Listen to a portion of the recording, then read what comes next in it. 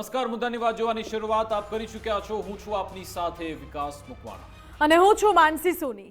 તો સ્થાનિક સ્વરાજ્યની ચૂંટણીનું બ્યુગલ વાગી ચૂક્યું છે। લોકશાહીનો પર્વ હવે આપણે બધાએ ઉજવવાનો છે ને જે એક મોકો આપણને સૌને મળતો હોય છે કે જ્યારે એક ખાદીધારી નેતાઓ આપણા ઘર આંગણે આવે, આપણા વિસ્તારમાં આવે ને પછી આપણને આજીજી કરે, પગે લાગે, આશીર્વાદ માંગે, હાથ જોડે।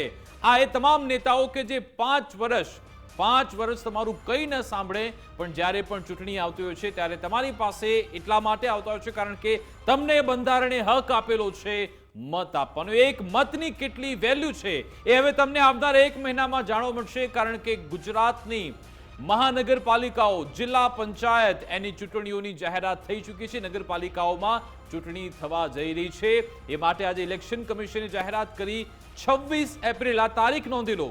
26 એપ્રિલે ગુજરાતમાં એક સાથે એક જ તબક્કામાં તમામ મહાનગરપાલિકા, નગરપાલિકા, પંચાયતોમાં મતદાન થશે ને પછી એના 2 દિવસ બાદ 28 તારીખે એનું પરિણામ આવશે। પણ હવે એ નજર એના પર છે કે રાજકીય પક્ષો તૈયારીમાં લાગી ગયા છે। ઘણા સમયથી તૈયારી થઈ રહી છે પરંતુ હવે એમાં સ્પીડ આવી છે ને એ જ આપણે સમજીશું આજે કે આખરે કયા મુદ્દા જનતાની વચ્ચે છે, રાજકીય પાર્ટીઓની કેવી તૈયારી છે, કોણ કેટલું તૈયાર છે, કોણ દમખમથી મેદાનમાં આવ્યું છે। એક આખી મોટી ગેસ્ટ પેનલ આપણી સાથે જોડાશે। ભાજપ કોંગ્રેસ નેતા, રાજકીય વિશ્લેષક અને સાથે તમે શું કહો છો? રાજકોટ, વડોદરા, સુરત ત્યાંની જનતા સાથે પણ સંવાદ કરવાનો પ્રયત્ન કરીશું। અમારા સંવાદદાતા જોડાશે, એમની સાથે સમજીશું કે જનતા આ ચૂંટણીને કેવી રીતે જોઈ રહી છે, કેવી રીતે લોકો આ મતદાન પ્રક્રિયામાં, ચૂંટણી પ્રક્રિયામાં જોડાશે। બિલકુલ, રોડ, રસ્તા, ગટર, પાણી, જે સુવિધા છે, જે વિકાસના કામો છે, જે વાતો, જે વાયદાઓ કરવામાં આવે છે, શું એ બધા જ વાયદા પૂર્ણ કરવામાં આવ્યા છે કે કેમ? આવનારા સમયમાં પૂર્ણ થશે કે કેમ? હવે શું વાયદાઓ કરવામાં આવે છે, કયા મુદ્દાઓને લઈને નેતાઓ જનતાની વચ્ચે જાય છે એ વિશે આજે વાત કરવી છે। આજે જ્યારે આખા દિવસમાં સમાચાર આવ્યા એ દરમિયાન ભાજપ તરફથી એવી પ્રતિક્રિયા આપી છે, ભાજપ તરફથી એવું કહેવાય રહ્યું છે કે વિકાસના મુદ્દાને લઈને અમે મેદાનમાં જવાના છે, જ્યારે બીજી બાજુ કોંગ્રેસ છે એ લોકોને અસુવિધા પડી રહી છે, ભ્રષ્ટાચારના મુદ્દાઓ છે, રોજગારીના મુદ્દાઓ છે, એ મુદ્દાઓની સાથે કોંગ્રેસ આ ચૂંટણીના મેદાનમાં ઉતરવાનું છે। અને સ્થાનિક સ્વરાજની ચૂંટણીનો શંખનાદ જ્યારે વાગી ચૂક્યો છે ત્યારે રાજ્ય ચૂંટણી પંચ દ્વારા ચૂંટણીની તારીખોની જાહેરાત કરવામાં આવી છે। 26 એપ્રિલે સવારે 7 વાગ્યાથી સાંજે 6 વાગ્યા સુધી મતદાન થશે અને 28 એપ્રિલે મત ગણતરી હાથ ધરવામાં આવશે। એ પહેલા આપણે જણાવી દઈએ 11 એપ્રિલે ઉમેદવારી ભરવાની છેલ્લી તારીખ છે અને 6 એપ્રિલે ચૂંટણીનું જાહેરનામું પ્રસિદ્ધ કરવામાં આવશે। પછી 13 એપ્રિલ ઉમેદવારી ચકાસણી થશે અને 15 એપ્રિલે ઉમેદવારી પાછી ખેંચી શકાશે। 39,591 મતદાન મથકો પર મતદાન થવાનું છે। 11,000 સંવેદનશીલ મતદાન મથકો પણ જાહેર કરવામાં આવ્યા છે। 3,300 અતિ સંવેદનશીલ મતદાન મથકો પણ જાહેર કરાયા છે। 996 ચૂંટણી અધિકારી અને 1266 મદદનીશ ચૂંટણી અધિકારી આ કામગીરીમાં ફરજ બજાવશે। 2,61,000 પોલિંગ સ્ટાફ પણ આ ચૂંટણી પ્રક્રિયાની કામગીરીમાં જોડાવાનું છે। લોકશાહીનો એ મહાપર્વ જેની શરૂઆત હવે થવા જઈ રહી છે અને સ્થાનિક સ્વરાજની ચૂંટણી એ માત્ર લિટમસ પેપર માનવામાં આવે છે વિધાનસભાની ચૂંટણીનું, કારણ કે 2027માં વિધાનસભાની ચૂંટણીઓ પણ આવી રહી છે। બિલકુલ, એટલે કે 15 મહાનગરપાલિકા, 84 નગરપાલિકા, 34 જિલ્લા પંચાયત અને 260 તાલુકા પંચાયત અહીંયા ચૂંટણી થવાની છે। અને હમણાં જ તમને ખબર છે ફેબ્રુઆરીએ એસઆઈઆર બાદ એ અંતિમ મતદાર યાદી બહાર આવી। આજે કહેવામાં આવ્યું કે ગુજરાતમાં 4 કરોડ કરતા વધારે મતદાતાઓ છે જે મતાધિકારનો ઉપયોગ કરશે અને હવે ચૂંટણી પંચે તો તૈયારી કરી, ઇલેક્શન કમિશને તૈયારી કરી નાખી છે। રાજકીય પક્ષો કેવી તૈયારી કરી રહ્યા છે, કેવા દમખમ સાથે મેદાનમાં આવી રહ્યા છે ને તમે જુઓ કે જેવી ચૂંટણીની જાહેરાત થઈ, નિવેદનબાજીનો દોર પણ શરૂ થયો છે। ભાજપ કોંગ્રેસ એકબીજા પર વાર પલટવારની શરૂઆત પણ કરી નાખી છે। આજે ભાજપના પ્રવક્તા મંત્રી ભાજપ સરકારના પ્રવક્તા મંત્રી જીતુભાઈ વાઘાણી એમના તરફથી નિવેદન આપવામાં આવ્યું છે। ટૂંક સમયમાં એક સાથે મોટી સંખ્યામાં ચૂંટણી થશે, 10,000 પ્રતિનિધિ ચૂંટવાનું જનતાને સૌભાગ્ય પ્રાપ્ત થશે। તેમણે કહ્યું કે હું રાજ્ય ચૂંટણી પંચની આ ઘોષણાને આવકારું છું। શું કહ્યું જીતુભાઈએ, પહેલા એ પણ સાંભળી લઈએ। આપણે જાણીએ છીએ કે ખૂબ લાંબી ચૂંટણીની તારીખો હોય છે ત્યારે સામાન્ય જનતા, એડમિનિસ્ટ્રેશન, રાજ્યનું વહીવટીતંત્ર, વિકાસ આ બધામાં કંઈક નાનો મોટો વિક્ષેપ આવતો હોય છે। પણ જે પ્રકારની ચૂંટણીની સમયપત્રક છે એ સામાન્ય જનતાને થોડા દિવસોની અંદર પોતાનો પ્રતિનિધિ ચૂંટવા માટેનો અધિકાર એ મળવાનો છે. લગભગ એક સાથે 10,000 જેટલા સ્થાનિક સ્વરાજ્યના આશરે પ્રતિનિધિ ચૂંટવાનું સૌભાગ્ય એ જનતાને પ્રાપ્ત થવાનું છે. પુનઃ એકવાર હું રાજ્ય ચૂંટણી પંચની આ ઘોષણાને આવકારું છું અને અભિનંદન પણ આપું છું રાજ્યની જનતાને. આવો સૌ સાથે મળીને લોકશાહીનું સૌથી મોટું પર્વ એ ચૂંટણી હોય છે ત્યારે સૌથી વધારે મતદાન કરીને આપણો જનપ્રતિનિધિ આપણા વિસ્તારની નગરપાલિકા કે ગ્રામ્ય જીવન હોય તો જિલ્લા પંચાયત તાલુકા પંચાયત હોય, આ બધાની અંદર વિકાસની દિશાની અંદર કામ કરતા પ્રતિનિધિઓને આપણે સૌ આ લોકશાહીના પર્વના ભાગીદાર બનીને ચૂંટીને મોકલીએ. તો જીતુભાઈ વાઘાણીએ આ સાથે જ કોંગ્રેસ પર પણ શાબ્દિક પ્રહાર કર્યા હતા અને બીજી બાજુ જે વાર પલટવાર અત્યારે શરૂ થઈ ચૂક્યા છે ત્યારે સ્થાનિક સ્વરાજની ચૂંટણીને લઈને કોંગ્રેસ પ્રમુખની પણ પ્રતિક્રિયા સામે આવી છે. અમિતભાઈ ચાવડાએ કહ્યું છે કે ગુજરાતમાં કોંગ્રેસે પહેલાથી તૈયારી શરૂ કરી હતી, ઉમેદવારને ચકાસીને ચૂંટણીમાં ઉતારવામાં આવશે અને આ વખતે ગુજરાતમાં પરિવર્તન થશે તેવું કોંગ્રેસ તરફથી કહેવાયું છે. કોંગ્રેસે ગામ અને વોર્ડની સમસ્યાઓ જાણી છે, ઉમેદવાર પસંદગીની સત્તા સ્થાનિક ચૂંટણી સમિતિને સોંપવામાં આવી છે તેવું પણ અમિતભાઈ ચાવડાએ જણાવ્યું અને આગળ કહ્યું કે કોંગ્રેસની વિચારધારાવાળાને ઉમેદવારી માટે અગ્રતા અપાશે. ગુજરાત કોંગ્રેસ દ્વારા પણ આખા ગુજરાતમાં અમે જિલ્લા સ્તરે પ્રદેશમાંથી નિરીક્ષકો મોકલ્યા, તાલુકા નગરપાલિકા સ્તરે પણ નિરીક્ષકો મોકલવામાં આવ્યા છે. એમણે બધા જ તાલુકામાં, બધા જ નગરોમાં, વોર્ડ સુધી જઈ, ગામ સુધી જઈ બધાની સાથે સંવાદ પણ કર્યો છે, બધાને સાંભળ્યા છે. અમારા કાર્યકરોની પણ રજૂઆતોને ધ્યાનમાં રાખી તાલુકા ચૂંટણી સમિતિ, શહેર ચૂંટણી સમિતિ, જિલ્લા ચૂંટણી સમિતિમાં પણ ઉમેદવારો માટે વિસ્તૃત ચર્ચાઓ કરવામાં આવી છે અને પાર્ટી તરફથી આ વખતે નક્કી કરવામાં આવ્યું છે કે તમામ સ્થાનિક સ્વરાજની સંસ્થાઓમાં ઉમેદવાર પસંદગી કરવાની સંપૂર્ણ સત્તા સ્થાનિક જે તાલુકાની ચૂંટણી સમિતિ છે, નગરપાલિકાની ચૂંટણી સમિતિ છે, જિલ્લાની ચૂંટણી સમિતિ છે અને મહાનગરની ચૂંટણી સમિતિ છે કે સ્થાનિક ચૂંટણી સમિતિઓને સંપૂર્ણ સત્તા આપવામાં આવી છે. ત્યારે ટૂંક સમયમાં આ ચૂંટણી સમિતિઓના માધ્યમથી ઉમેદવારોની પસંદગી કરવામાં આવશે અને એને જાહેરાત કરવામાં આવશે. તો બંને રાજકીય પક્ષોએ ઉમેદવારોની પસંદગી પ્રક્રિયા શરૂ કરી નાખી છે અને આ જ અંગે આપણે વિશ્લેષણ કરીશું, જનતાનો મત પણ જાણીશું અને જનપ્રતિનિધિઓ રાજકીય પક્ષોના જે આગેવાનો છે એ પણ શું કહી રહ્યા છે પણ સમજીશું. રાજકીય વિશ્લેષક પણ આપણી સાથે જોડાઈ રહ્યા છે. આપણી સાથે ગેસ્ટ પેનલ ઉપસ્થિત છે. ભાજપ તરફથી કમલેશભાઈ રાજકોટ જોડાયા છે. કમલેશજી, આપનું ગુજરાત ફર્સ્ટમાં સ્વાગત છે. કોંગ્રેસ તરફથી હેમાંગ રાવલજી જોડાયા છે. હેમાંગજી, આપનું ગુજરાત ફર્સ્ટમાં સ્વાગત છે. રાજકીય વિશ્લેષક બિપિનભાઈ ઠક્કર જોડાયા છે. બિપિનજી, આપનું પણ ગુજરાત ફર્સ્ટમાં સ્વાગત છે. અને અમારા સંવાદદાતા રાજકોટ, સુરત અને વડોદરાથી જોડાયા છે. રાજકોટથી ગૌતમ ભેડા, સુરતથી રાકેશ બ્રહ્મભટ્ટ અને વડોદરાથી અલ્પેશ સુથાર.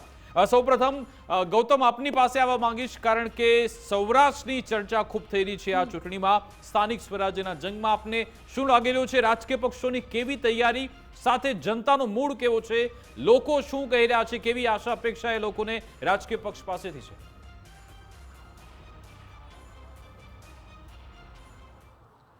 જે ચોક્કસ સ્થાનિક સ્વરાજ્યની ચૂંટણીની જેની રાહ જોવાઈ રહી હતી કે તારીખ ક્યારે જાહેર થશે, તારીખ જાહેર થઈ ગઈ છે ને આપણી સાથે તમામ જે રાજકીય પાર્ટીઓ છે, ભારતીય જનતા પાર્ટી, કોંગ્રેસના સમર્થકો પણ છે ને સાથે સાથે જે સંભવિત ઉમેદવારો પણ આપણી સાથે છે. તમામ સાથે વાત કરીશું. ચૂંટણી આવી ગઈ છે જેની રાહ જોવાઈ રહી હતી, તૈયારીઓ કેવી છે? તૈયારી ભરજોશમાં છે અને પરિવર્તનનો જે કાયદેસરનો જે જુવાળ છે, પરિવર્તનના જુવાળ સામે કોંગ્રેસ કાયદેસર મક્કમ છે અને નવી લડાઈ નવા જોમજોશથી લડવા જઈ રહી છે. અને 28 તારીખે જે અમારો વિજય રથ નીકળવાનો છે તેની તૈયારી અત્યારથી થઈ ગઈ છે. જે દિવાળી નવેમ્બર કે ઓક્ટોબરમાં આવે છે એ દિવાળી આ વખતે કોંગ્રેસ પક્ષ પ્રજાના સપોર્ટથી, રાજકોટની પ્રજાના સંપૂર્ણ સહયોગથી કાયદેસરની 28મી તારીખ મનાવશે. છેલ્લા ઘણા સમયથી આપણે ચર્ચાઓ કરીએ છીએ, કોંગ્રેસ જ્યારે ચૂંટણી આવે છે ત્યારે દેખાય છે પરંતુ એનું પરિણામ છે તે જે ધાર્યું પરિણામ છે તે નથી આવતું. આજે હવે ચૂંટણીના બંકા વાગી ગયા છે ત્યારે રાજકોટ મહાનગરપાલિકામાં જે સત્તા પદાધિકારીઓ હતા એમણે રાજકોટનો નહીં પણ પોતાનો વિકાસ કર્યો છે. સ્ટેન્ડિંગ કમિટીના ચેરમેન છે, આપણે વાત કરીએ તો આખા રાજકોટને જગ જાહેર કે એનો અંદાજિત 15 થી 20 કરોડનો બંગલો બને. મેયર છે તેનું સૂચિતની અંદર બંગલો બને. ડેપ્યુટી મેયર છે તો નાની એવી રોટલી બાબતની અંદર છરી ઉલારે. એટલે રાજકોટની જનતા ભાજપના સત્તાથી ત્રાહી મામ થઈ ગઈ છે. ખબર છે કે એ પોતાનો વિકાસ કરે, વિસ્તારનો કે સામાન્ય પ્રાથમિક સુવિધાઓ નથી જોતા. કયા મુદ્દાઓ છે ચૂંટણીમાં? સર્વપ્રથમ તો રાજકોટની જનતાએ ભારતીય જનતા પાર્ટીને કારણે ભોગવ્યું છે ને એ મુદ્દા રાજકોટની અંદર રહેશે. પહેલું ટીઆરપી ગેમ ઝોન, જ્યાં 27 લોકોના મૃત્યુ થયા ભારતીય જનતા પાર્ટીના પાપીથી. રાજકોટના રોડ રસ્તાની વાત કરી, ખાડા ખબડાને લઈ ભારતીય જનતા પાર્ટીએ જે હોનના કોન્ટ્રાક્ટર આપ્યા ને કોંગ્રેસ સંપૂર્ણપણે યુવાનોની પેનલ ઉતારશે ને યુવાનો આ વખતે પહોંચી વળવાના છે. આપણી સાથે ભારતીય જનતા પાર્ટીના પણ સમર્થકો છે, તેમની સાથે પણ વાત કરીશું. કયા મુદ્દાઓ હશે જે આક્ષેપ થઈ રહ્યા છે કે ભાઈ મહાનગરપાલિકામાં ખુદ મેયરનો જ એક મોટો સૌથી વિવાદ ચર્ચામાં આવ્યો હતો? સૌપ્રથમ પહેલાં આજે જ જે ચૂંટણી જાહેર થઈ છે અને જે રણશીંગું ફૂંકાઈ ગયું છે અને આ ચૂંટણીના પર્વની સૌને હું અભિનંદન આપું છું અને આ પર્વમાં સૌ સારી રીતે જોડાવ. મુદ્દાઓ વિકાસ જ હશે, કમળ ખીલશે અને વિકાસ જ જીતવાનું છે. જે વર્તમાન બોડી છે મહાનગરપાલિકાની તેમાં જેમ મેં કહ્યું મેયર સહિતના અનેક વિવાદો આવ્યા જેને લીધે ચર્ચાનું કેન્દ્ર બન્યું. પહેલાં તો જ્યાં વિકાસ થતો હોય ત્યાં આક્ષેપો પ્રત્યાક્ષેપો થતા હોય છે, પણ લોકો જાણે છે કે ભાજપ ઉપર પૂરેપૂરો ભરોસો છે અને ભાજપના દરેક કાર્યકર એ પછી સામાન્ય હોય કે પાયાના કાર્યકર હોય તે પોતાને કામમાં એટલે ટૂંકમાં તમે જો અત્યારથી જ મુદ્દાઓ હવે સપાટી પર આવવા લાગ્યા છે. રાજકોટથી આપણે અહેવાલ જોઈ રહ્યા છીએ કે જ્યાં તમે જો મેયરની ગાડી, બંગલા બધા વિવાદ આવ્યો. હવે કોંગ્રેસ કરી છે યુવાનો ભ્રષ્ટાચારનો મુદ્દો લઈને મેદાનમાં ઉતરીશું. હવે આપણે જઈએ સુરત. રાકેશ, આપ જણાવો કે રાજકોટથી તો મુદ્દા આવવાની શરૂઆત થઈ ગઈ. સુરતમાં કેવી પરિસ્થિતિ છે, કેવી લડાઈ લડવામાં આવી રહી છે? 1 મહિના સુધી જોરદાર જંગ જામવાનો છે. બિલકુલ, સુરતની વાત કરવામાં આવે તો ત્રિપાખીયો જંગ સીધો અહીં ખેલાવાનો છે, કારણ કે ભાજપ, કોંગ્રેસ અને જે આમ આદમી પાર્ટી છે તે ચૂંટણી મેદાનમાં છે અને આ ચૂંટણીની જ્યારે તારીખો જાહેર થઈ ચૂકી છે ત્યારે જે ઉમેદવારો કયા નક્કી કરવા તેની પણ તૈયારીઓ હાલ શરૂ કરી દેવામાં આવી છે.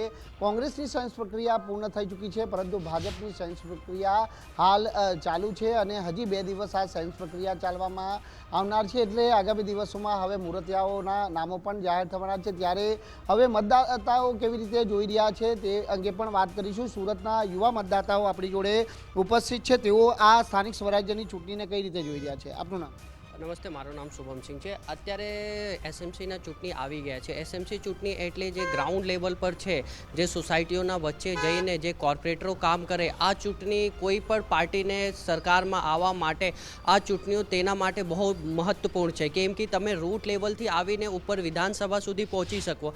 આ કોંગ્રેસના વાત કરીએ તો બહુ આવતા પિછલા વર્ષ આપણે ચૂંટણીમાં જોઈએ એસએમસીના તો સાફ જ થઈ ગયા હતા, અને પછી આમ આદમી પાર્ટીના વાત કરીએ તો તેના કોર્પોરેટરો ચૂંટાઈને આવી હતા, પછી તે લોકો દલ બદલી કરી લીધા 50%થી વધારે, અને બીજા જે હતા તે રાજીનામા આપી દીધા. તો આ વખત દરેક પાર્ટીઓને થોડા વિચારવા જોઈએ કે હું કોને ટિકિટ આપું છું, તે ત્યાં સમાજના જે મુદ્દાઓ છે તે ઉઠાવી શકશે, સમાજ માટે શું ભલા કરશે, તેના શું વિઝન છે. પછી પિછલા વખત એવું નથી કે આપણે ટિકિટ બાંટી દીધા પછી આપણે બીજા પક્ષમાં નીકળી ગયા, પછી રાજીનામા આપી દીધા, બીજા કોઈ પ્રેશરોમાં આવી ગયા. અને આપણે અત્યારે વાત કરીએ તો સુરત શહેરમાં મેટ્રો ના કામ ચાલે છે. આપણે જોઈએ છે ન્યૂઝ ચેનલોમાં યા બીજા જગ્યાએ દરેક જગ્યાએ દુર્ઘટનાઓ થાય છે. તો આ બધું જે છે તે લોકલ કોર્પોરેટરોના કામ છે કે ત્યાંના જે સુવિધાઓ છે જોઈએ કે મારા જે એરિયા છે તેમાં મેટ્રોના કામ ચાલે છે તો ત્યાં શું કમી રહી જાય છે, તે પબ્લિક અટવાય નહીં, આની વ્યવસ્થા કરે. તો આ વિચારીને ટિકિટ આપે, એક સારા માણસને ટિકિટ આપે અને એક સારા માણસ જીતીને આવે તો સમાજ માટે ભલા. અન્ય જોડે પણ વાત કરી. મારું નામ સુભાષ મિશ્રા છે. અત્યારે લોકલ વિષયોની વાત કરીએ તો આપણા ભારતની જે શિક્ષા, યુવાઓ માટે શિક્ષાની વાત કરીએ તો ભારતની અંદર એક પણ એવી યુનિવર્સિટી નથી જે વિશ્વની 100 આપણા સ્થાનિક સ્વરાજ્યની ચૂંટણીનો આજે સ્થાનિક સ્વરાજની વાત કરીએ. આજે હું પાંડેસરા વિસ્તારની વાત કરું, એમાં 2 કિલોમીટર લાંબુ બાયોલોજિકલ પાર્ક બનાવવામાં આવ્યું છે. હવે યુવાઓ રમવા માટે ક્યાં જાય, એમના માટે કઈ એક એવી સુવિધા બનાવી કે કોઈ ગ્રાઉન્ડ હોય એ રમી શકે. આજે વિશ્વમાં જોઈએ તો જ્યારે જી, રાકેશ. એથ્લેટિક્સ થાય કે કંઈ ચેમ્પિયનશિપ થાય એમાં લોકો 100 મેડલ લાવે છે અને આપણે યુવાઓ માટે કોઈ જગ્યા જ નથી કે યુવાઓ માટે શું કરી શકીએ આપણે, એવા બી વિષય છે જે જી મારું નામ ધીરજ નાઈ છે અને ગુજરાતમાં સ્થાનિક સ્વરાજ્યની ચૂંટણીના લીધે ઠેર ઠેર ઉત્સાહનો માહોલ જોવા મળી રહ્યો છે અને બધી જગ્યાએ ઘણા લોકોએ ટિકિટ માટે અલગ અલગ પાર્ટીમાંથી ફોર્મ ભર્યા છે અને લોકો ટિકિટ માટે પ્રયત્નો કરી રહ્યા છે. જ્યારે ગુજરાતમાં સ્થાનિક સ્વરાજ્યની ચૂંટણી એક મહત્ત્વનો ભાગ ભજવે છે. જ્યારે સ્થાનિક સ્વરાજ્યની ચૂંટણીમાં યુવા પોતાનો ભાગ ભજવશે તો ચૂંટણીમાં બહુ મોટો એટલે અલગ પડકારો જોવા મળશે. ઓકે રાકેશ, મેં આયુષ સિંહ. બિલકુલ, જે પ્રમાણે આપણે સાંભળ્યું હશે કે યુવાઓ જે છે તે પ્રજાનો જે પડતર પ્રશ્ન હોય તેવા ઉમેદવારો ચૂંટાઈને આવે તેવી આશા અપેક્ષા અહીં વ્યક્ત કરી રહ્યા છે. અનેક મેટ્રોના કારણે પણ જે દુવિધાઓ અને સમસ્યાઓ છે તે હજી પડતર છે અને તે સમસ્યાઓથી લોકો આજે પણ છે તે દુવિધામાં પડે છે અને તેના કારણે આ સમસ્યાઓનો પણ નિકાલ થાય અને આર્થિક વિકાસ થાય તે દિશામાં કામ કરે તેવા ઉમેદવારોની પસંદગી થવી જોઈએ તેવી વાત છે તે સુરતના યુવા મતદારો કરી રહ્યા છે. જી બિલકુલ, એટલે ક્યાંક યુવાઓમાં સંતોષ જોવા મળે છે, ક્યાંક અસંતોષ છે અને હવે અપેક્ષાઓ પણ ઘણી બધી છે નવા ઉમેદવારની સામે. વડોદરાથી માહોલ સમજવાનો પ્રયાસ કરીએ. અલ્પેશ, વડોદરામાં હવા કઈ તરફ છે સ્થાનિક સ્વરાજની ચૂંટણીને લઈને? લોકોની શું આશા અપેક્ષા છે અને તેમનું આંકલન શું છે કે લાસ્ટ વખતે જે વાયદાઓ કરવામાં આવ્યા હતા એ પૂરા થયા છે કે કેમ?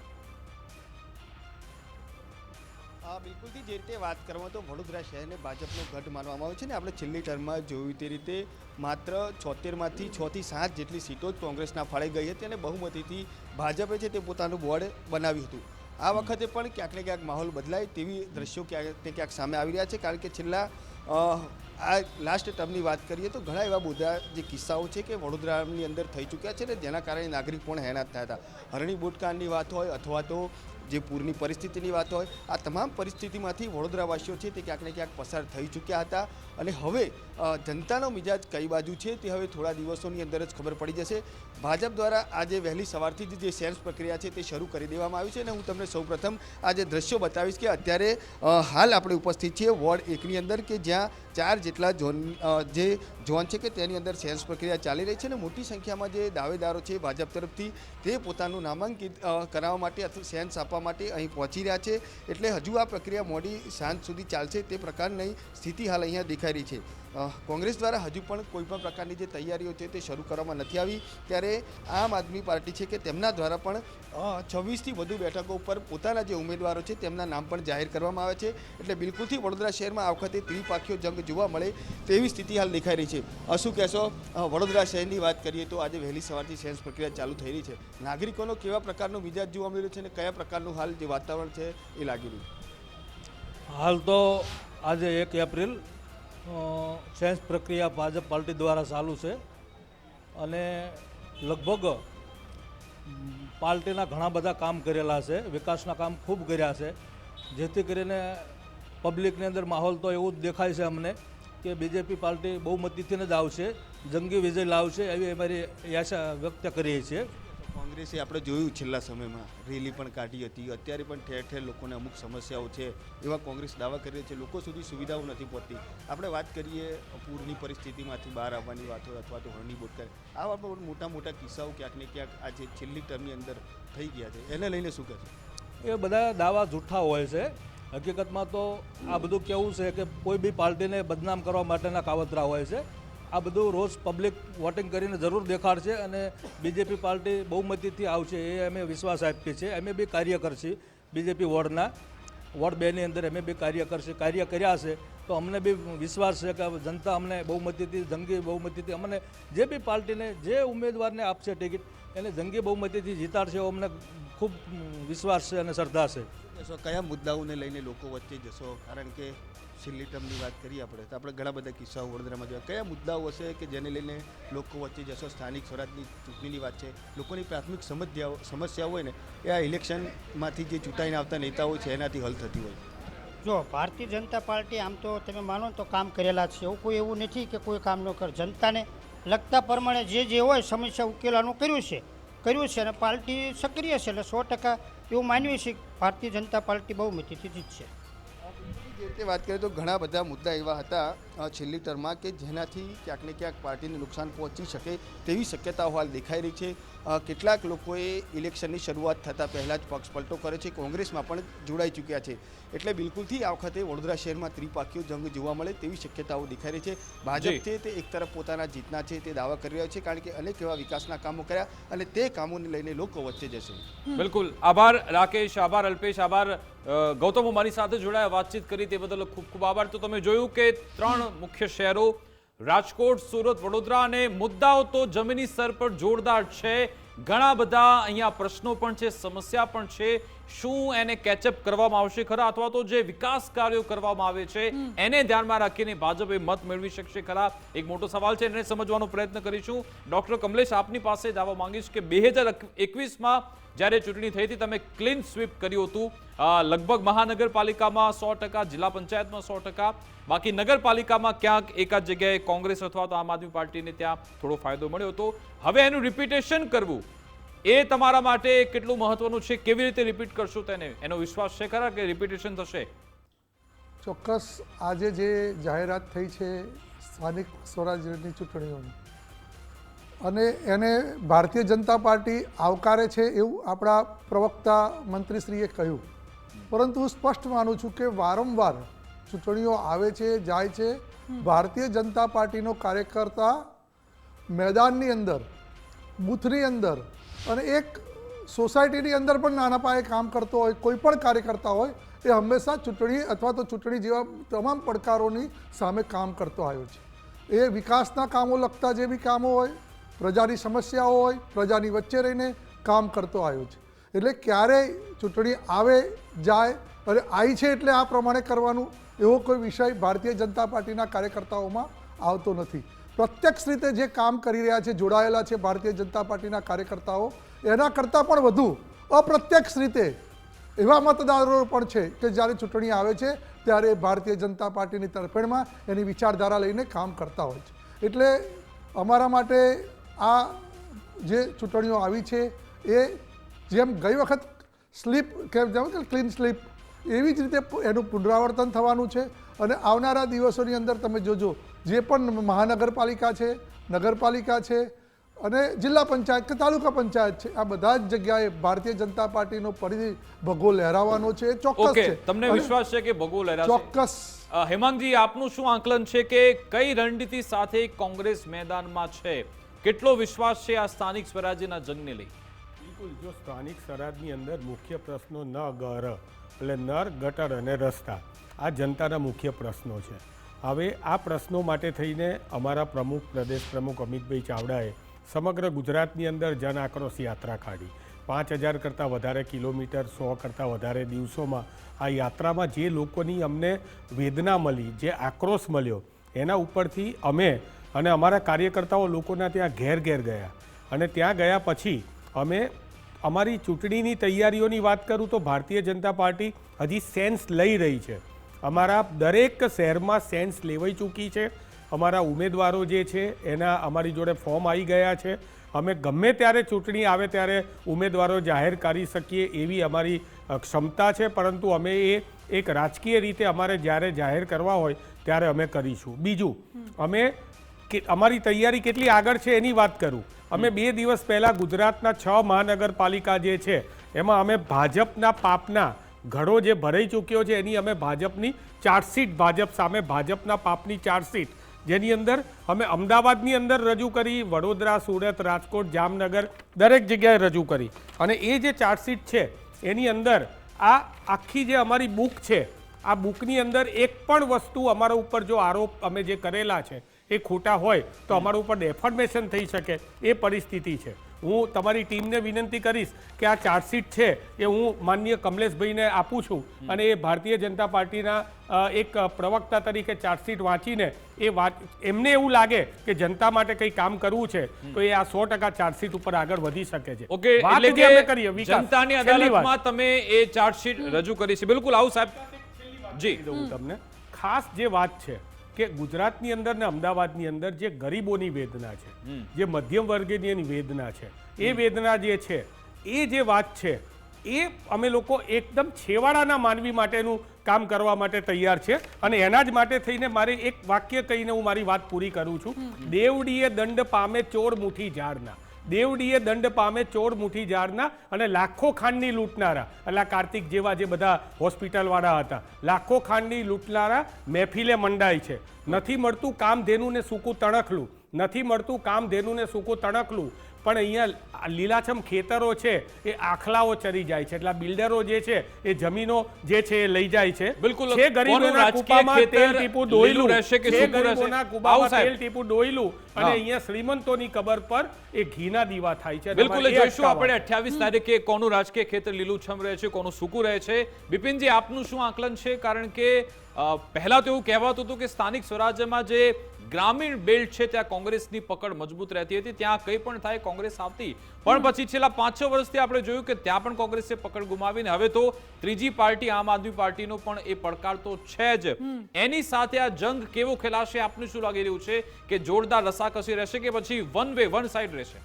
એટલે ત્રિપાક્ષીય જે જંગ છે એ રહેશે, અને મુખ્યત્વે જે છે કે દરેકના જે છે એ વિસ્તારો અમુક એલોકેશન છે કે જેમ કે આપણે ટ્રાઇબલ વિસ્તારમાં જોઈએ તો સૌથી વધુ પડકાર જે છે એ કોંગ્રેસના ભાજપની વચ્ચે રહેશે, અને જે સાઉથમાં જે છે, સાઉથમાં મુખ્યત્વે આપ અને બીજેપી અને કોંગ્રેસ વચ્ચે પર રહેશે, પણ એમાં આપનું જોર વધારે ત્યાં રહેશે.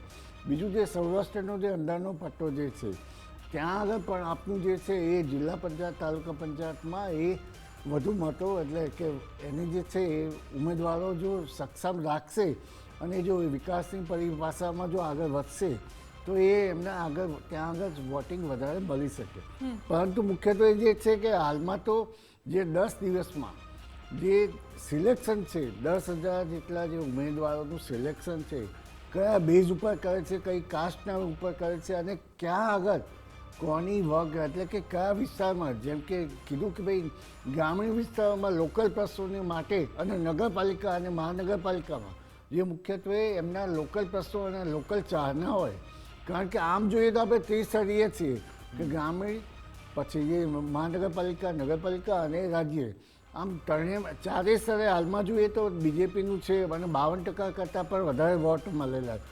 પરંતુ જો વિકાસની પરિભાષા એટલે વિકાસના ફળો લોકો સુધી ગયા હશે તો મને લાગે ચોક્કસપણે બીજેપીને એ ફરી શકે, અને જો ના જો ફર્યા હોય તો 2015માં જેમ કોંગ્રેસ જિલ્લા પંચાયત તાલુકા પંચાયતમાં જે છે જે બહુમતી મળી હતી એ પણ થઈ શકે. પરંતુ આપનું જે છે એ સ્થાન જે છે એ મને લાગે બહુ જે વધુ આમાં આગળ વધી શકે એવું જણાતું નથી. પરંતુ જે આપણે હાલમાં મોદી સાહેબ આવ્યા ને એમને જે પણ જે બનાસકાંઠામાં જે પણ એમને ઇન્ડિકેશન આપ્યું, તો એ જોઈએ તો આપણે બનાસકાંઠા જે વિસ્તાર છે જે કોંગ્રેસી બેલ્ટ છે આખો, એટલે કે નોર્થ ગુજરાતનો બેલ્ટ જે છે ત્યાં આગળ એમને જે છે કે એમને આવવાને કારણે જે મુખ્યત્વે ગનીબેનને એ જે લોકસભામાં આપણે જે પુનરાવર્તન જે એમને જોયું, અને એના કારણે કોંગ્રેસ, એટલે એના પર હમણાં અલ્પેશભાઈએ અભ્યુદય સંમેલન પણ કર્યું હતું, એક મેસેજ તો ગાંધીનગર એમણે પહોંચાડ્યો હતો. પણ ડોક્ટર કમલેશ, તમને જનતાની અદાલતમાં એક ચાર્જશીટ સોંપવામાં આવી છે, તમે કદાચ એ વાંચી પણ લીધી હશે. શું કહેશો એ બાબતે? આ ચાર્જશીટને લઈ આ વખતે કોંગ્રેસ મેદાનમાં ઉતરી છે, કેવી રીતે એ તમામ ચાર્જશીટમાં જે પણ આરોપો છે એને તમે નકારશો જનતાની અદાલતમાં? જનતાની અદાલતમાં જનતાએ જે ચાર્જશીટ કોંગ્રેસ ઉપર મૂકી છે એ તમે જો અત્યારે ચર્ચા કરવા બેસીએ તો એ ચર્ચા અત્યારે બીજી કોઈ ડિબેટ પતી જાય અને એ જ ચર્ચા રહે. કોંગ્રેસે જે પણ કાળા કરતૂતો કર્યા હતા એની ચાર્જશીટ પ્રજાએ આ વર્ષો પહેલાં વારંવાર ચૂંટણીઓ આવે છે અને દર વખત કહેવાય છે કે આવું પરિણામ આવશે અને મેં આમ કર્યું છે, અને દર વખતની જેમ, અને દર વખત કોંગ્રેસ તો વિરોધ પક્ષ તરીકે ચાર્જશીટ ભારતીય જનતા પાર્ટી ઉપર મૂકતી જ હોય છે. અને જે પણ સારો કામો થયો છે એને ઢાક પીછાડો કરવા અને પ્રજાને ગેરમાર્ગે દોરીને, ક્યાંક ને ક્યાંક વિકાસના કામોને પણ ગેરમાર્ગે દોરીને પ્રજાની આંખની અંદર ધૂળ છાંટીને એવું બતાવવાનું ચિત્ર સ્પષ્ટ કરે છે કે ભારતીય જનતા પાર્ટી કોઈ પણ કાર્યકર્તા જે કામ કરે છે એ પ્રજાના હિતમાં કામ નથી કરતી. પરંતુ પ્રજા સમજે છે, પ્રજા જે ચાર્જશીટ મૂકે એ જ માન્ય ગણાય. પ્રજાને આગળ લક્ષ્યમાં રાખીને ભારતીય જનતા પાર્ટી કામ કરતી હોય છે. ભારતીય જનતા પાર્ટીએ જે કીધું છે એ પ્રમાણે કર્યું હોય છે. ક્યારેક વિકાસના કામોના કારણે ક્યાંક નાની મોટી અગવડતા પડતી હોય તો પણ ભારતીય જનતા અડગ મનથી, પણ એ વિકાસ કાર્યોની આડમાં જે હમણાં એસઆઈઆરની ચર્ચા ખૂબ થઈ 3-4 મહિનાથી, એમાં બેલોના એનો પણ મુદ્દો હતો, શું એ માથાનો દુખાવો બનશે આપના માટે? આપને લાગે છે? કામની સાથે સાથે જે પરિવર્તન થવું જોઈએ મતદાર યાદીઓથી માંડીને દરેક વખતનું એ જ કામ હતું. એટલે ક્યાંક ને ક્યાંક પ્રજા પણ સમજે છે કે આપણે જ્યાં સફળ થઈએ છીએ, આપણે જ્યાં સફળ થઈએ છીએ, આપણે જ્યાં મુશ્કેલીઓ પડી છે એ આગળ જતા આપણા હિતની વાત છે. એના વિશે વાત કરીએ કમલેશજી. દર ચોમાસામાં એ પરિસ્થિતિ આપણને જોવા મળે છે. વાયદાઓ કરવામાં આવે છે કે આવું નહીં થાય, પરંતુ દર વખતે એવી પરિસ્થિતિ આવે છે કે જે રાજ્યના કહેવાતા સ્માર્ટ નગરમાં લોકોના ઘરે ઘૂંટણસમાં પાણી ભરાઈ જાય છે. અમદાવાદમાં તો પશ્ચિમ વિસ્તારમાં પોશ એરિયામાં પણ આવી સ્થિતિ હોય છે. નહીં, ચોક્કસ આ વખતે તમે જે અને હું એમાં એક વાત એડ કરી દઉં કમલેશજી, આ ગંભીરા બ્રિજ તો યાદ હશે, આજે ઉદ્ઘાટન એનું થયું, સંયોગ થયો છે કે ચૂંટણીની જાહેરાત થાય પહેલા ઉદ્ઘાટન થયું ટુ વ્હીલર ચાલકો માટે. આ બધા મુદ્દાઓ છે કે પુલ તૂટી જવા, આપણે સુરતમાં જોયું હતું પાણીની ટાંકી ધડાપ દઈને પડી જવી, એની ખૂબ ચર્ચા થઈ છે અને લોકોએ જોવે છે સોશિયલ મીડિયામાં. એને કેવી રીતે કાઉન્ટર? ચોક્કસ હું કહું છું કે વિકાસના કામોની સાથે સાથે જ્યાં પણ ક્ષતિઓ હશે એ થઈ હશે. તમારી વાત સાચી છે, એની સાથે અમે નકારતા નથી. પણ ભારતીય જનતા પાર્ટીનું જે કટિબદ્ધ એક વિકાસને આગળ લઈને કામ કરવાની રીત છે એમાં ક્યાંય પરિવર્તન આવ્યું નથી. ચોક્કસ અધિકારીઓ ક્યાંક ખોટું કરે છે તો આજે જ આદરણીય પ્રદેશ પ્રમુખે કીધું છે કે અધિકારીઓને આપણે કંટ્રોલમાં રાખીએ છીએ. ઝીરો ટોલરન્સ અધિકારીઓ સામે જે કામગીરી કરવાની હોય છે આપણે કરીએ છીએ. એટલે ભારતીય જનતા પાર્ટીના એક જે વહીવટી તંત્ર છે એમાં ક્યાંય અમે લોકોએ ક્યાંય ઉણપ નથી રાખી. પ્રજાના હિતોમાં કામ કરતા રહ્યા છે 24 કલાક. હા, ભારતીય જનતા પાર્ટી આજનું નહીં, લોકો જોઈ રહ્યા છે કે જ્યારે અસ્તિત્વ નહોતું, ક્યાંય જીતવાનો કોઈ એ નથી, એ હતું નહીં, ત્યારે જે સંકલ્પો કર્યા હતા એ પણ આપણે પરિપૂર્ણ કર્યા છે. પરફોર્મન્સ વાઇઝ જોઈએ તો ભાજપનું સારું છે, બિલકુલ આંકડા વાઇઝ આપણે જોઈએ. જી આવું કમલેશજી આપની પાસે. પણ હવે હેમાંગજી આપને સવાલ કે મેં જે હમણાં સંયોગની વાત કરી, એક સંયોગ કોંગ્રેસ સાથે પણ એ જોડાયેલો છે કે 2021માં જ્યારે સ્થાનિક સ્વરાજ્યની ચૂંટણી થઈ હતી ત્યારે પણ કેપ્ટન તમારા અમિતભાઈ ચાવડા હતા અને પછી એ જ પરિણામના કારણે અમને રાજીનામું આપવું પડ્યું, તો આપને યાદ છે. હવે ફરી એકવાર એ જ કેપ્ટન્સી હેઠળ તમે લડવા જઈ રહ્યા છો તો કેવી રીતે જીતશો?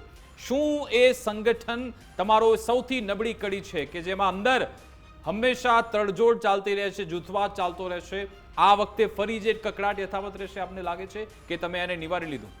જો જ્યારે પણ 2021ની અંદર પણ અમિતભાઈ ચાવડા અમારા પ્રમુખ હતા, એક યુવા પ્રમુખ છે, પહેલાં તો એમનો અનુભવ છે તો એ 45 વર્ષની ઉંમરે 5 વખત એ ધારાસભા જીતેલા છે અને 45 વર્ષની ઉંમરે એ વખતે પણ પ્રમુખ હતા ત્યારે 2 લાખ કિલોમીટરની એમણે યાત્રાઓ કરી હતી. હા, ઘણીવાર એવું બની શકે છે કે પ્રજાનો વેવ જે છે એ પ્રજાનો વેવ પારખવામાં અમે કેટલીક વખત નિષ્ફળ ગયા હોઈએ, પરંતુ આ રાજકારણ છે. આ રાજકારણની અંદર એક જમાનામાં ભારતીય જનતા પાર્ટીને 2 સીટો હતી આખા દેશની અંદર, A.K. પટેલ અમદાવાદના અને મહેસાણાના અને વાજપેયીજીની.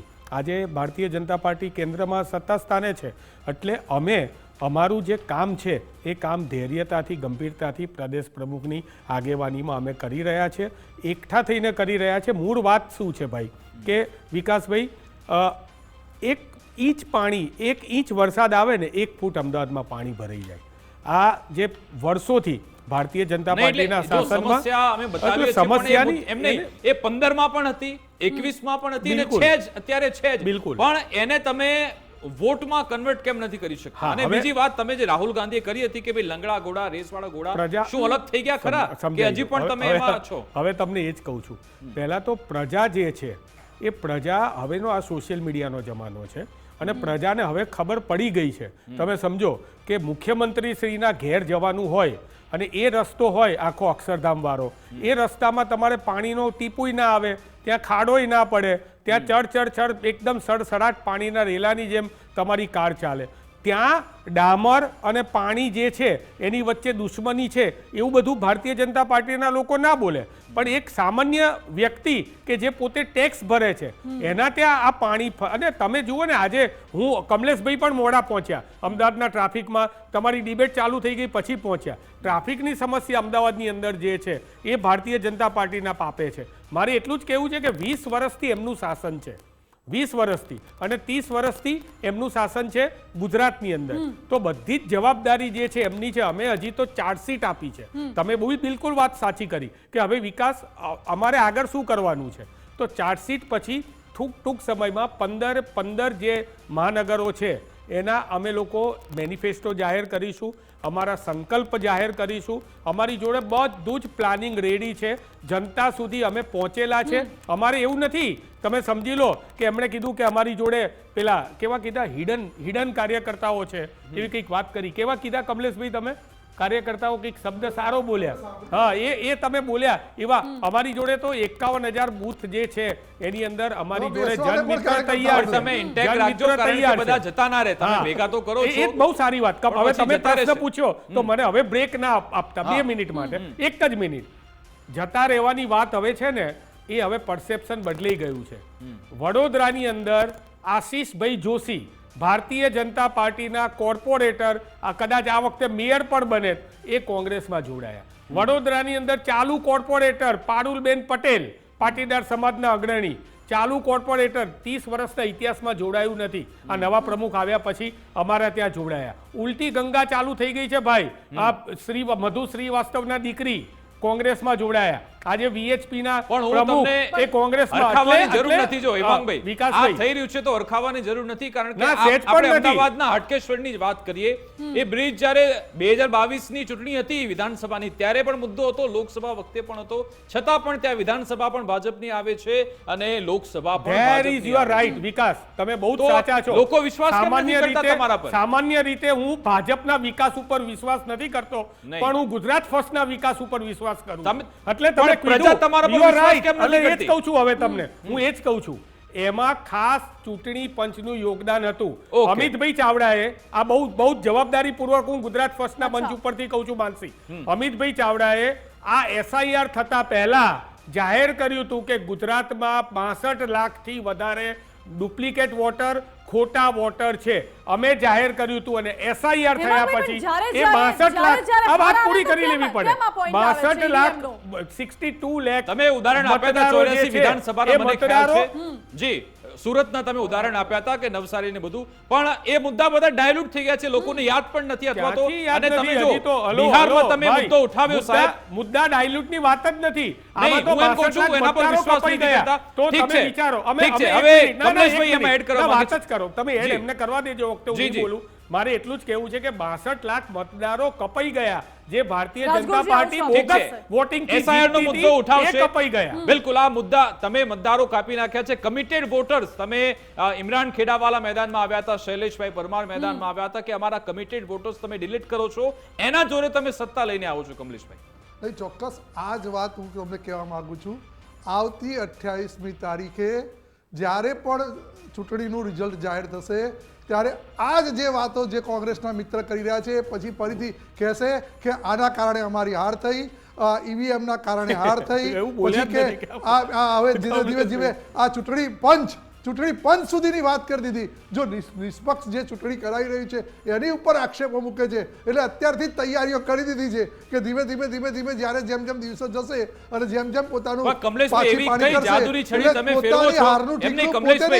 પાણીની ટાંકી પડી જાય, બ્રિજ તૂટી જાય, ગંભીરામાં લોકો સ્વીકારીએ છીએ ને, છતાં પણ લોકો તમને મત આપે છે. કેવી રીતે શક્ય બને છે? સમસ્યાનું સમાધાન ભારતીય જનતા પાર્ટી કરે છે, પણ સમાધાન કર્યું હોય એમાં પણ સમસ્યાનું ઉદ્ભવ સ્થાન હોય તો કોંગ્રેસ જવાહરલાલ નહેરુ સમસ્યાઓનો સામનો કરીએ છીએ, પડકારો લઈને લોકોની વચ્ચે લોકોના કામો પૂર્ણ કરીએ છીએ અને ક્યાંક પરિપૂર્ણ ન થાય તો એ કામ કરવા માટે કટિબદ્ધ રહીએ છીએ. એવા અમે કાર્યકર્તાઓ છીએ. આ માત્ર અને માત્ર સત્તા લેવા માટે કાર્યકર્તાઓ આવીને નથી બેઠેલા. વર્ષોથી જે પણ કામ કરી રહ્યા છે એ ભારતીય જનતા પાર્ટી પ્રજાને માટે કામ કરી રહી છે. 10 સેકન્ડ મારે એટલું જ કહેવું છે કે ભાઈ હાટકેશ્વર બ્રિજ તૂટી ગયો, એમાંય કોંગ્રેસ, સમસ્યાનું સમાધાન એમાંય કોંગ્રેસ. હાટકેશ્વર બ્રિજ જેવું હું તો તમને એ જ કહું છું કે ભાઈ અત્યારે લોકો કંટાળ્યા છે આ બધા તમારા ભ્રષ્ટાચારથી. આ 40% ગાંધીનગર સુધી પહોંચે છે ને, એ જે છે એ જનતાને ખબર પડી ગઈ છે અને જનતા 28મી તારીખે એનો જવાબ આપવાનો. ઓકે બિપિનભાઈ, તમે શું એડ કરશો આમાં? ઓકે ભાઈએ જે કીધું, જો આ વખતે આ ઇલેક્શનોમાં જો કોંગ્રેસ અને આપ જો ભેગી થાય તો મને લાગે છે કે એ જે છે અર્બન એરિયામાં આગળ વધે. કારણ કે જે છે 2021નું આપણે એનાલિસિસ કરી તો 26% વોટ જે છે મહાનગરપાલિકાઓમાં કોંગ્રેસને મળ્યા હતા અને જે 13 થી 14% જેટલા વોટ આપને હતા. એટલે એવી રીતે આપણે જોઈએ તો એ આપ અને જો કોંગ્રેસ જો સાથે રહે અને સિલેક્શનમાં બધી રીતે રહે તો મને લાગે છે કે થોડી ટક્કર રહે. તો 52 એમને જે 52% જેટલા વોટો જે જિલ્લા પંચાયત, તાલુકા પંચાયત અને જે કોર્પોરેશનમાં છે એ મને લાગે ઠીક છે. આમાં વિનિંગ ફેક્ટર શું હોય છે બિપિનભાઈ? એક એ ચૂંટણી જીતવા માટેના આપણે જોઈએ કયા ફેક્ટર કે સાબિત થાય? સ્થાનિક જે છે મુખ્યત્વે આ વખતે ખેડૂતો માટેનો મુખ્ય પ્રશ્ન રહેશે યુરિયાનો, જે હજી સુધી બહાર નહીં આવે પણ એ હવે આવશે. એવી રીતે યુવાનોનો જે છે કે યુવા સિલેક્શન જો નહીં થાય તો એની પણ અસર જોવા મળશે. અને ત્રીજું જે છે કે સંગઠન બળ, જો સ્થાનિક સંગઠન જે છે એ જે તે પક્ષનું જે મજબૂત હશે એ જ આગળ આવશે અને જેને લાભ મળ્યો હશે એ જ આવશે. ત્યાં આગળ બીજી કોઈ વ્યાખ્યા હોતી નહીં. અને સ્થાનિક ઇલેક્શનો એટલા જુદા હોય છે કે જે આપણે એનું એનાલિસિસ કરવું બહુ ભારે હોય છે. કારણ કે ત્યાં આગળ કોની વગ હોય છે, કોનું વિકાસનું પરિભાષા કેવી રીતે લોકો સુધી જતી હોય એ એનાલિસિસ કરવા જઈએ તો મને લાગે આજની સ્થિતિ જે 2021નું જે છે પુનરાવર્તન થઈ શકે. રાજગોર સાહેબ, ખેડૂતોના પ્રશ્નોની વાત કરી. હમણાં ગત ચોમાસામાં જ મોટા પાયે ઉત્તર ગુજરાત બાજુ પૂર આવ્યું હતું, ખેડૂતોને નુકસાન થયું હતું અને એના પછી જે વારંવાર માવઠા આવે છે એના કારણે ખેડૂતોને હાલાકી પડે છે. યુરિયાની વાત કરી, યુરિયામાં પણ કલાકો સુધી ખેડૂતોએ લાઇનમાં ઊભા રહેવું પડે એવા રિપોર્ટ્સ અમે બતાવ્યા છે કે ઘણી વખત તો ખેડૂતોએ 2-3 દિવસ લાઇનમાં ઊભા રહેવું પડે છે. ભ્રષ્ટાચારના પણ પુરાવા સામે આવે છે. ચોક્કસ મેં કીધું ને, આ બધી જ સમસ્યાઓ ચોક્કસ છે.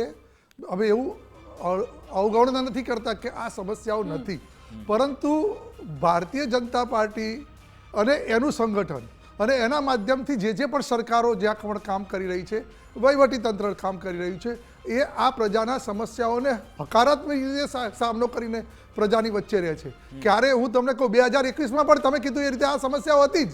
એવું તો નથી કે આ સમસ્યાઓ આજે છે.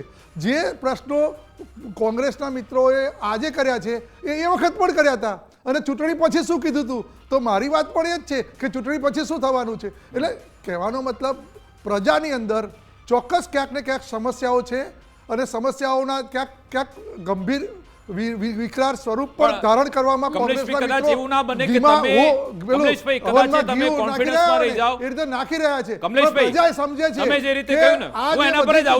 બિલ, તમે જેમ કહ્યું કે 15માં પણ સમસ્યા હતી, 21માં પણ અત્યારે પણ છે, પછી એમ ના રાખતા કે અમને ફરી એકવાર સત્તા આપી દેશે, આ સમસ્યા તો રહેશે. જનતા વિશ્વાસ કરી પ્રજા જોવે છે કે આ સમસ્યાઓનું સકારાત્મક રીતે હલ કરવાની કોશિશ કોણ કરે છે અને કોણ કરી શકશે અને કયા કાર્યકર્તાઓ જ આ વિકાસના કામને આગળ લઈને આપણી સમસ્યાઓ હળવી કરી શકશે એ પ્રજા જાણે છે. પ્રજાએ અનુભવેલું છે વર્ષો પહેલા કે ભાઈ ત્યાં તો કંઈક થવાનું જ નથી, આપણો વોટ ફેંકી દેવો એના કરતા ચોક્કસ ક્યાંક ને ક્યાંક ભારતીય જનતા પાર્ટીને જનતાની સમસ્યાની જવાબદારી કોર્પોરેટરની હોય છે.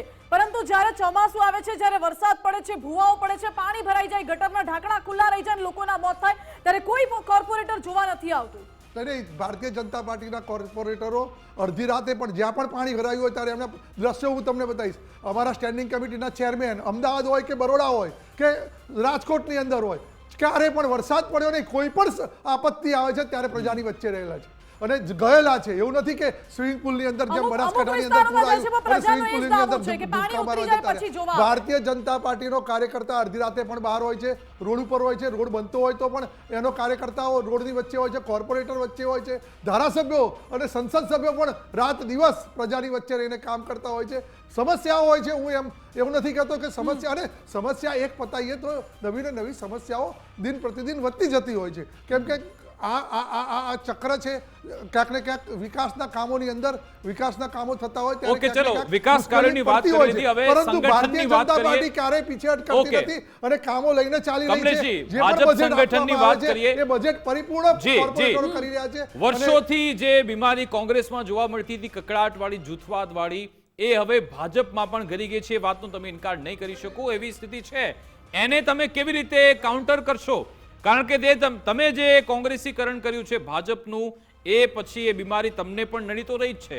એ આ ચૂંટણીમાં કેવી રીતે કાઉન્ટર? કોઈ પણ પાર્ટીની અંદર જ્યારે પણ કોકને અપેક્ષાઓ વધારે હોય ત્યારે ક્યાંક ને ક્યાંક અસંતોષ થતો હોય, પરંતુ ભારતીય જનતા પાર્ટી જ એક એવી પાર્ટી છે ડિફરન્સ વિથ અધર્સ પાર્ટી કે પાર્ટી વિથ ડિફરન્સ, આપણે એનો શબ્દ પહેલેથી જ આપેલો છે. એટલા માટે કે અમારી જે શિક્ષ સમિતિ હમણાં જ નવી બની, હવે એની અંદર કાર્યકર્તાઓ ચોક્કસ ક્યાંક ને ક્યાંક ટિકિટની માંગણી કરતા હોય છે, ક્યાંક એમની જે રજૂઆત કરવાની હોય એ પણ કરતા હોય છે. પરંતુ જ્યારે પણ જે પણ વ્યક્તિને ટિકિટ આપવામાં આવે એ કમરના નિશાન ઉપર લડતો હોય ત્યારે એક થઈને એક જૂથ જઈને કામ કરતા હોય છે અને ભૂતકાળની અંદર પણ જોયું છે અને આ ચૂંટણીની અંદર પણ જે રીતે અમે તૈયારીઓ છેલ્લા જેમ હેમાંગભાઈ કહેતા હતા કે અમે આટલી મિટિંગો કરી, અરે ભારતીય જનતા પાર્ટીએ શું કર્યું છે કાર્યકર્તા લેવલે, કેટલા સંમેલનો કર્યા છે, ક્યારથી શું કરીને કેટલા બૂથ લેવલના કાર્યક્રમો કર્યા છે, શક્તિ કેન્દ્રના કેટલા કાર્યક્રમો કર્યા છે, કોંગ્રેસની તૈયારી શું છે એ પણ જાણી લઈએ. બિલકુલ હેમાંગજી, આ ચૂંટણીમાં એ દમખમથી જીતવા માટે કોંગ્રેસ પાસે શું કોઈ ફોર્મ્યુલા છે ખરો, કોઈ નક્કર રોડ મેપ, કોઈ એક્શન પ્લાન છે ખરો કે પછી બસ લડવા ખાતર લડી રહ્યા છો? જો સૌપ્રથમ તો કોંગ્રેસ આપને દ્વાર નામનો અમે કાર્યક્રમ કર્યો. અમદાવાદમાં 48 વોર્ડ હોય તો એ 48 વોર્ડ, આણંદમાં 13 વોર્ડ હોય, દરેક શહેરની અંદર વોર્ડ દીઠ અમે લોકો જોડે ગયા. વોર્ડના પ્રશ્નો જે છે એ પ્રશ્નો અમે લીધા એમની જોડેથી અને એ પ્રશ્ન જે છે હવે અમારું જ્યારે મેનિફેસ્ટો જાહેર થશે, એનું નામ પણ એક બહુ સરસ આપવાના છીએ જે અત્યારે સરપ્રાઈઝ છે, પણ અમે 15 શહેરોમાં જ્યારે જાહેર કરીશું, અમારા પ્રદેશ પ્રમુખ વિઝન ડોક્યુમેન્ટ જાહેર કરશે, ત્યારે લોકોને એવું લાગશે કે આ તો સારો અમારો જ પ્રશ્ન જે છે એ જ પ્રશ્ન જે કોંગ્રેસ લઈને આવી છે, અમને જે નડતા હતા પ્રશ્નો, એ પ્રશ્નનું સમાધાન પ્રોપર અમદાવાદની અંદર પર્યાવરણની અંદર ગ્રીન આખું કવર હટાવી દીધું, 40 AQI થઈ ગયું. આ વાત જે છે એ અમને મળી. અમદાવાદની અંદર ને સુરત વડોદરા મહાનગરમાં જે લોકો નોકરી કરે છે એમને બધા જ અત્યારે જે છે સિવિક સેન્ટરોમાં છે એ બધા જ બચારા છોકરાઓ જે છે અત્યારે ફિક્સ પગાર ઉપર છે અને આઉટસોર્સિંગ છે. તો એ લોકો માટેની વાત હોય, નવી સિનિયર સિટીઝન માટેની વાત હોય, અમે એવી વાત લઈને આવવાના છીએ કે પ્રજાને સીધી ટચ થાય. અને વાત સાહેબે કરી આમ આદમી પાર્ટીની, એટલે મારે કરવી છે અને હું અહીંયા ચેલેન્જ આપું છું કે આમ આદમી પાર્ટી જે છે એ 3જા નંબરે પણ નહીં રહે. મોટા ભાગના પહેલાં તો એમણે ભલે 300-400 ઉમેદવાર પહેલાં ડિક્લેર કર્યા, એમાં પણ પાછળથી જોયું કે કેટલા રાજીનામાઓ પડ્યા, પણ આમ આદમી પાર્ટી પૂરેપૂરા ઉમેદવાર પણ નહીં મૂકી શકે અને નોટા કરતાં પણ ઓછા મત મોડવશે, કારણ કે હવે પ્રજાને ખબર પડી ગઈ છે કે આમ આદમી પાર્ટી છે એ ભારતીય જનતા પાર્ટીની વોટ કટવા પાર્ટી છે અને ભારતીય જનતા પાર્ટી માટે વોટ કપાવે આમ આદમી પાર્ટી ગઠબંધન કરતી હતી, અત્યારે હવે તમે એમ કહો છો કે આમ આદમી પાર્ટી તો ભાજપની બી ટીમ છે? હા બિલકુલ, તમે જુઓ ને, અનુભવ છે, અમે જોયું કે અમારે જે પ્રમાણે કામ કરવામાં આવે છે. હવે હું તમને વાત કરું છું ઉમરેઠની અંદર આપણે એક પણ બહુ અગત્યની વાત છે, કરવાની જરૂર છે. ઉમરેઠની અંદર જે છે એ ઉમરેઠમાં જે સીટ છે એ ખાલી થઈ છે, ભારતીય જનતા પાર્ટી તરફથી ના છૂટકે, આ તમને કહું ના છૂટકે ઘણા બધા ઉમેદવારની વચમાં એમણે એ જ ઉમેદવાર આપવા પડ્યા કે જેમણે બ્લેકમેલિંગથી આ ઉમેદવારી શીપ લીધી છે, મને ત્યાંના લોકોએ કીધું. અને અમારા ઉમેદવાર છે એ એવા ઉમેદવાર આવશે અને 3જા ઉમેદવાર તમે જોશો આમ આદમી પાર્ટી જે છે એમની જોડે કોઈ નહીં હોય ને તો બહારથી પણ લઈ આવશે, એનસીપીમાંથી લઈ આવશે અને એવા ઉમેદવાર મૂકશે કે જેથી કરીને કોંગ્રેસને ત્યાં નુકસાન થઈ શકે. પણ ત્યાં પણ અમારા માટેની રણનીતિ તૈયાર છે અને અમે એ પણ સીટ જીતવા માટે તૈયાર છીએ. ઉમેદવાર તો ઓલરેડી જાહેર થઈ ગયા છે, જયંત બોસ્કી અને એમના ભાજપનો ઉમેદવાર. તમારા ઉમેદવાર ક્યારે જાહેર થશે? આજ પ્રોબ્લેમ તો છે. અમારા સાંભળો, this is strategy. Jayant Boski ક્યાંથી લડવાના છે, શેમાંથી લડવાના છે? કોને તમે મને જો જાહેર થઈ ગયા હોય, વિકાસભાઈ આપે અત્યારે જાહેર કર્યું તો ક્યાંથી લડવાના છે કહો જોઈ? જી એમને તૈયારી કરી છે, પણ તૈયારી કરી છે તો ભાઈ અમારે, હું એ જ કહું છું ભાઈ, તમે મુસ્કરાવો છો, તમને ખબર છે બધી વાત કે કયા પ્રકારના સમીકરણો ગોઠવાય છે, પણ મારે એટલું જ કહેવું છે કે રાહ જુઓ. અને હવે એક વસ્તુ યાદ રાખજો કે કોઈ પણ રાજા રાવણનું શાસન હતું ને એ પણ પરમનન્ટ નહોતું. અને આવો જે અભિમાનની વાત છે, અત્યારે તમે જુઓ ભારતીય જનતા પાર્ટીના પ્રવક્તા હોય, પ્રદેશ પ્રમુખ હોય, કોઈ પણ હોય, આત્મવિશ્વાસ કરતા આત્મવિશ્વાસ અને અભિમાન વચ્ચે એક પાતળી રેખા છે, એ રેખા અત્યારે જે છે એ ગુમાવી ચૂક્યા છે. જી બિપિનજી, આપનું શું આંકલન છે? બોલો. એ ભાજપના નવા પ્રમુખ છે, જ્યારે અમિતભાઈ ચાવડા જે છે જૂના પ્રમુખ છે. આ બંને વચ્ચેનું જે છે કે નવા પ્રમુખની સાથે નવી સંગઠનની ટીમ છે, જૂની ટીમ જે છે જૂના પ્રમુખ સાથે છે. હવે બંને વચ્ચે જે છે કે સિલેક્શન કેવી રીતે કરશે અને સિલેક્શન પ્રમાણે જે છે કે ત્યાંનું અમલીકરણ જો નહીં થાય, કે વોર્ડો સુધી કે લોકોના પ્રશ્નો સુધી નહીં પહોંચે, તો જે નહીં પહોંચે એનો પ્રશ્ન જે છે એ મુખ્યત્વે બહાર આવશે. અને બીજું કે 2021 વાળી જે છે એ મને સ્પષ્ટપણે અહીંયા લાગે છે કે જો સિલેક્શન સમયસર એ નહીં થાય અને 10 દિવસમાં જે છે કે એમને જે કહ્યું બહુ સારું પ્લાનિંગ છે, પરંતુ પ્લાનિંગનું જે છે કે જે ખાટલા પરિષદો ને એ બધું જે છે એ જો યોગ્ય સમયે અને યોગ્ય સ્થળે નહીં થાય તો મને લાગે લોકોનો જે મિજાજ છે, હાલમાં તો એવા પ્રશ્નો છે, ગેસના પ્રશ્નો છે, યુવાનોની રોજગારીના છે, પાણીના છે, તમામ પ્રશ્નો છે. પણ પ્રશ્નોની સામે બીજેપી માટે એ છે કે એમને બજેટ જે છે, હમણાં જ બજેટ સત્તા ગયું, એમને 3 લાખ કરોડનું બજેટ આપ્યું. ઓકે, એટલે મુખ્યત્વે એ બધા જે છે કે એ ઝડપી જે છે કે એમના વિકાસ. હમણાં યુસીસી નું જે બિલ લાવવામાં આવ્યું અને હવે તો એ રાજ્યપાલને મોકલી પણ દેવામાં આવ્યું ને ત્યાંથી તમામ મંજૂરી મળી જશે. શું એ ફેક્ટર આમાં એ ગણિત એ સાબિત થશે ખરા? આપને લાગે છે મુદ્દો જશે વચ્ચે? મારા અંદાજ પ્રમાણે એની કોઈ મોટી અસર જોવા નહીં મળે, કારણ કે એ જે છે એ મુખ્યત્વે જે કોંગ્રેસને એ જે છે મુખ્યત્વે પ્રશ્નો બીજી એટલે કે એક મુસ્લિમો માટેનો જે એમને જે ઉઠાવ્યો છે, પરંતુ આપણે એ જોઈએ તો એની કોઈ બહુ મોટી અસર જોવા નહીં મળે. પરંતુ એફઆઈઆર અને એની ઇમ્પેક્ટો એ જે છે અમુક કાસ્ટ પૂરતી જોવા મળશે, પરંતુ એ જે છે કન્વર્ઝન જે છે વોટનું કન્વર્ઝન છે એ જે તે પક્ષે એસઆઈઆર નો મુદ્દો એ ચર્ચા છે, આપણે લાગે છે એ બાબતે એસઆઈઆર ના મુદ્દાની કોઈ ઇમ્પેક્ટ જો મને મારા અંદાજ પ્રમાણે જોવા નહીં મળે, કારણ કે જે મતદારો જે છે મતદારો આ જે છે સ્થાનિક ભ્રષ્ટાચારનો મુદ્દો ચોક્કસથી ચાલશે, ભ્રષ્ટાચાર વાળો મુદ્દો એ મુખ્યત્વે મુદ્દે, કારણ કે વિકાસના કામો સાથે જોડાયેલો છે અને દરેક સ્તરે. એટલે ઓકે, અંત તરફ જઈએ છીએ હવે. અંતિમ પ્રતિક્રિયા આપની ડોક્ટર કમલેશ, આપ શું કહેવા માંગશો ઓવરઓલ આ ચૂંટણી જંગને લઈ? ચોક્કસ ભારતીય જનતા પાર્ટી, જેમ તમે યુસીસીની વાત કરી તો એવી રીતે જે પણ સંકલ્પ લઈને ભારતીય જનતા પાર્ટીની સ્થાપના થઈ હતી એના મોટા 3 સંકલ્પો હતા. એ 370ની કલમ હોય, રામ મંદિર હોય કે પછી યુસીસી હોય, આ 3 અમે પરિપૂર્ણ કર્યા છે. એવું નહીં કે ચૂંટણી આવે તો જ કરવાના. અને હા, 2047ની અંદર આ ભારતીય જનતા પાર્ટીના નેતૃત્વની અંદર આદરણીય નરેન્દ્રભાઈના સ્વપ્નદ્રષ્ટા એવા અમારા જે પ્રધાનમંત્રી છે એમણે કીધું છે કે આ દેશને આપણે મહાસત્તા તરફ આગળ લઈ જઈશું 2047ની અંદર. અને એ જ આપણે કામ કરી રહ્યા છીએ કે વિશ્વગુરુ બને, એના માટે ભગીરથ પ્રયત્ન કરી રહ્યા છીએ. ચોક્કસ આવનારા દિવસોની અંદર એ સંકલ્પ પણ ભારતીય જનતા પાર્ટીના નેતૃત્વમાં પરિપૂર્ણ થશે. હેમાંગજી, તમારો ટેક? જો મારે ખાલી એટલું જ કહેવું છે, સંકલ્પો છે એ ખાલી સંકલ્પો લે છે અને એ સંકલ્પો પૂરા નથી થતા. અમદાવાદને કર્ણાવતી કરવાનો વર્ષોથી સંકલ્પ લીધો હતો, એમના લેટર પેડ પૂરતા નથી રાખ્યા. હમણાં જે એમને ટીમ જાહેર કરી એ ટીમની અંદર કર્ણાવતી નગર અને નીચે અમદાવાદ જિલ્લો લખ્યો, એટલે હવે પોતે પણ પોતાના સંકલ્પ લેટર પેડમાં છોડી દીધા છે. એટલે પ્રજાને તમારા સંકલ્પો ઉપર વિશ્વાસ નથી રહ્યો. પ્રજા હવે ફરીથી કોંગ્રેસ તરફ મીટ માંડીને બેઠી છે. ઓકે, બિપિનજી, આપનો શોર્ટમાં ટેક, લાસ્ટ ટેક.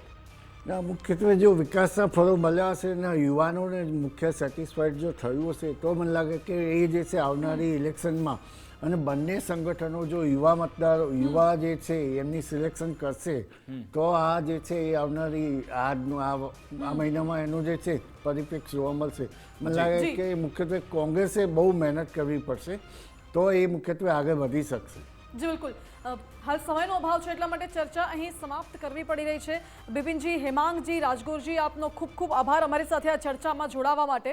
યુવાનો ઉપર ઘણો બધો દારોમદાર રહેલો છે કે યુવાનો કોની તરફેણમાં છે, સાથે સાથે જે અત્યારે રાજકીય પક્ષો છે એ કયા આધારે ઉમેદવારોની પસંદગી કરે છે, જે જ્ઞાતિગત સમીકરણો છે, યુવા છે, નો રિપીટ થિયરી છે, કયા કયા માપદંડ છે, એના આધારે નક્કી થશે કે આગામી ચૂંટણીનો રંગ કેવો જામી રહ્યો છે. બિલકુલ, મુદ્દાઓની તો ખૂબ ભરમાર છે. હવે એને એન્કેજ આ પાર્ટીઓ કેવી રીતે કરે છે, ભાજપે જે વિકાસ કાર્યો કર્યા છે અથવા તો જે પણ એમની રણનીતિ રહી છે અનુસાર શું મતદારો ફરી એકવાર એમના તરફ આકર્ષાય છે કે કેમ?